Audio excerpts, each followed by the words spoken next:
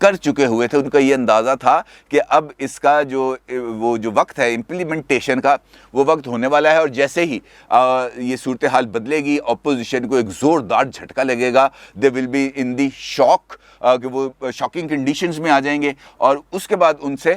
اس جو دھچکا ہے اس کو سنبھلنے کی ان کو بالکل بھی اس کا موقع نہیں ملے گا. لیکن ہوا یہ سارا کچھ ان کی توقعات کے برخلاف. وہ جس شخصیت کو سمجھ رہے تھے کہ وہ اتریں گے ہیلی کاپٹر سے, اس کے برخلاف وہ کوئی اور شخصیت اتر آئی ہیلی کاپٹر سے, اور ان کو دیکھ کے تو پھر یقینی طور پر طوطے شوتے اڑنے تھے, وہ طوطے شوتے تو ان کے ذرا تھوڑے سے اڑ گئے, اور اس کے بعد پھر اگلی ڈیولپمنٹ ہوتی ہے. اسی دوران ایک رٹ پٹیشن ہے جو اسلام آباد ہائی کورٹ کے اندر دائر کر دی جاتی ہے. ایک شہری عدنان صاحب ان کی طرف سے یہ رٹ پٹیشن فائل کی جاتی ہے, اور دلچسپ بات یہ ہے کہ اس رٹ پٹیشن کے اندر بھی وہ جو نوٹیفیکیشن والا نمبر لکھنے کی جگہ نا کہ یار this order has been issued by some one dash dash dash under the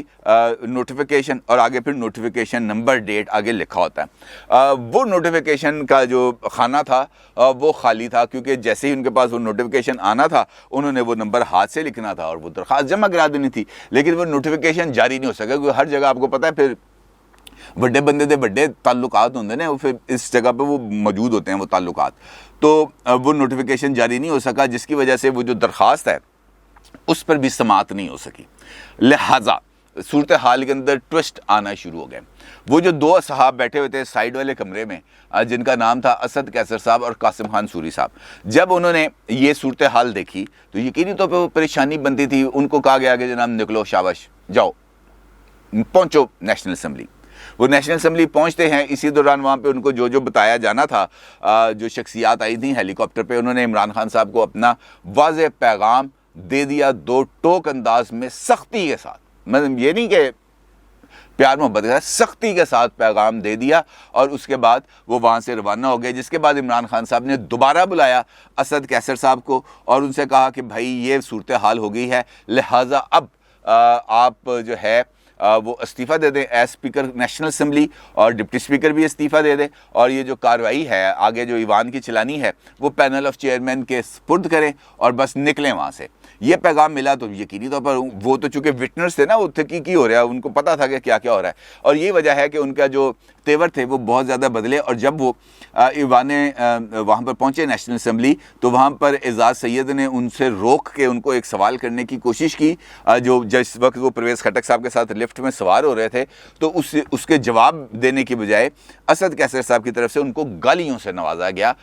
وہ بنیادی طور پر ظاہر کر رہا تھا کہ وہ کس قدر دباؤ میں ہیں, کس قدر پریشر میں. اب اس کے بعد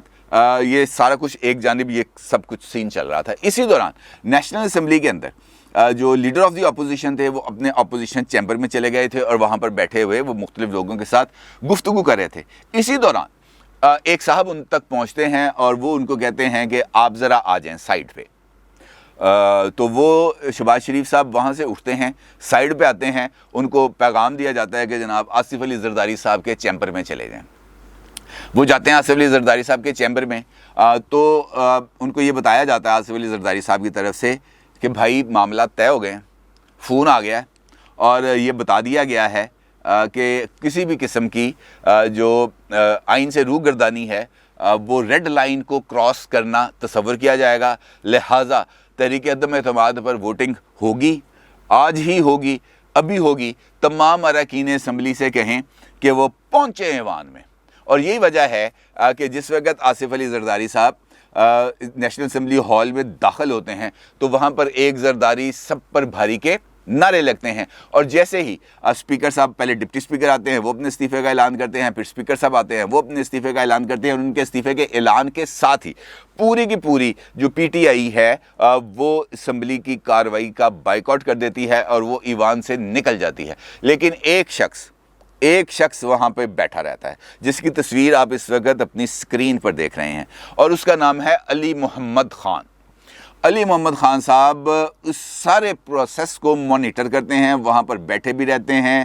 یہ جو انتخاب ہے اس کو بھی مانیٹر کرتے ہیں, اور اپنے جو قائد ہے اس کے ساتھ بھرپور وفاداری کا اظہار بھی کرتے ہیں, بڑا جذباتی قسم کا خطاب کرتے ہیں. علی محمد خان صاحب کی کل کے اس ایٹیٹیوڈ نے, جب پی ٹی آئی کا کوئی بھی بندہ ایک اتنی اخلاقی جرت نہیں دکھا سکا کہ وہ اپنے خلاف ہونے والی کارروائی، خود ان کا لیڈر یہ اخلاقی جرت نہیں دکھا سکا۔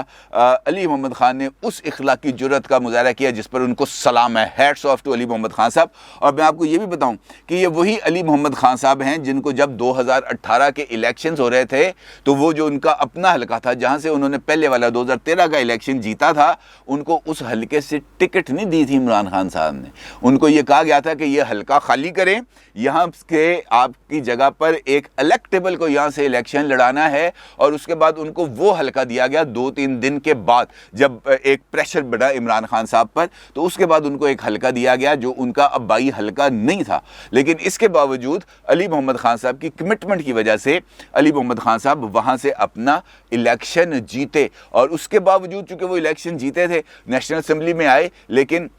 جو ان کے قائد ہیں انہوں نے ان کو جو پراپر وفاقی وزیر ہے وہ والا درجہ نہیں دیا، ان کو وزیر مملکت بنا کے رکھا۔ عمران خان صاحب یہی وہ لوگ ہیں،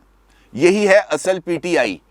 جن کی عزت کی ضرورت تھی آپ کو، جن کو آپ کو سر آنکھوں پر بٹھانا چاہیے تھا، لیکن آپ نے شہباز گل جیسے کریکٹروں کو اپنے سر آنکھوں پر بٹھا کے رکھا، آپ نے بابر اعوان جیسے کریکٹروں کو اپنے سر پہ بٹھا کے رکھا۔ یہ تھے وہ لوگ جو صحیح معنوں میں آپ کی اگر کوئی آئیڈیالوجی تھی اس آئیڈیالوجی کے ساتھ کھڑے تھے۔ یہ وہی لوگ تھے جو آپ کو کندھوں پر بٹھا کر اقتدار کی سیڑھیاں انہوں نے چڑھائیں، لیکن جب آپ اقتدار میں آئے تو آپ کے ارد گرد موقع پرست، خوشامد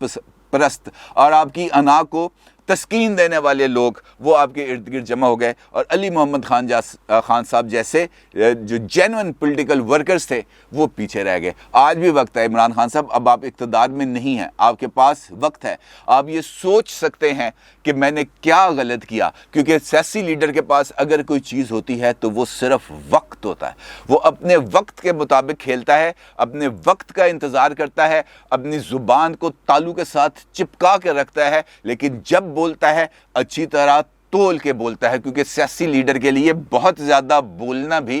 بہت زیادہ نقصان دہ ہوتا ہے، کیونکہ اس کے پاس کہنے کو کچھ زیادہ نہیں ہوتا، کیونکہ اس کے سامنے بہت سارے ہرڈلز ہوتی ہیں، ان کو ان ہرڈلز کو کراس کرنا ہوتا ہے، اور اب آپ کے لیے بولنا بھی اور زیادہ مشکل ہو جائے گا، کیونکہ اب آپ کے اوپر ایک آفیشیل سیکرٹ ایکٹ بھی ہے، اب آپ کے پاس آپ کا سینہ جو ہے بہت سارے سرکاری رازوں کا امین ہے، اور میں توقع کرتا ہوں کہ عمران خان صاحب جو یہ سرکاری راز ہیں ان کو اپنے سینے میں رکھیں گے۔ اب اگلا مرحلہ آنے والا ہے، اگلے مرحلے میں نئے قائد ایوان کا انتخاب ہونا ہے، اور منڈے کو یعنی کل نئے قائد ایوان کا انتخاب ہوگا، اور اس کے بعد یہ جو ٹرانزیشنل فیز ہے یہ ختم ہو جائے گا، یعنی ایک حکومت سے اقتدار دوسری حکومت کو منتقل ہو جائے گا، اور متحدہ اپوزیشن نے باضابطہ طور پر شہباز شریف صاحب کو قائد ایوان کے لیے نامزد کر دیا ہے۔ اب یہ ایک نیا امتحان ہے جو شروع ہونے والا ہے پاکستان مسلم لیگ نون کے لیے اور اپوزیشن کی دیگر قیادت کے لیے، کیونکہ اس وقت پاکستان بلیڈ کر رہا ہے، اور بہت برے طریقے سے بلیڈ کر رہا ہے، وسائل کے اعتبار سے بھی اور لوگوں کے اعتبار سے بھی، کیونکہ لوگ بہت برے طریقے سے مہنگائی کی چکی میں پس چکے ہیں۔ اقتدار میں آنا آسان نہیں ہے، اقتدار میں رہ کر اقتدار کو نبھانا اور لوگوں کے لیے ان کی زندگیوں کو آسان بنانا، لوگوں کے لیے سہولتیں فراہم کرنا، لوگوں کے لیے مواقع پیدا کرنا، لوگوں کے لیے روزگار پیدا کرنا، اکنامک ایکٹیویٹیز کو جنریٹ کرنا، لوگوں کے اوپر ایک جو مہنگائی کا جو ایک جن بیٹھا ہوا ہے، جو ایک بہت بڑا بوجھ لدا ہوا ہے، اس بوجھ کو ہٹانا، یہ ہے بنیادی ذمہ داری۔ اگرچہ آپ کے پاس ہمیں اس بات کا اندازہ ہے کہ آپ کے پاس وقت کم ہے، کیونکہ آپ نے بھی نئے الیکشنز میں جانا ہے، لیکن جانے سے پہلے ایک پائیدار معیشت کے قیام کے لیے کچھ اپنے جو رہنما اصول ہیں وہ وضع کرتے ہیں، اس بلیڈنگ کو روکنے کے لیے کچھ ہنگامی بنیادوں پر اقدامات کریں، تاکہ یہ آپ کے لیے فیوچر کے لیے اور پاکستان کے لیے بہت بہتر ہوگا، کیونکہ آپ کے اچھے فیصلوں کی اس پلیٹ فارم سے ہمیشہ پذیرائی کی جائے گی، لیکن آپ کے غلط فیصلوں کی اس پلیٹ فارم پر ہمیشہ تنقید کی جائے گی۔ آنے والا وقت پاکستان کے لیے آسانیاں لے کے آئے، اور پاکستان کسی اور نئے امتحان سے دوچار نہ ہو، یہ دعا ہے میری اور آپ سب کی بھی یقینی طور پر۔ اللہ تعالیٰ پاکستان کا حامی و ناصر ہو۔ اپنی رائے کا ضرور اظہار کیجیے گا۔ آپ کا بہت شکریہ۔ اللہ حافظ۔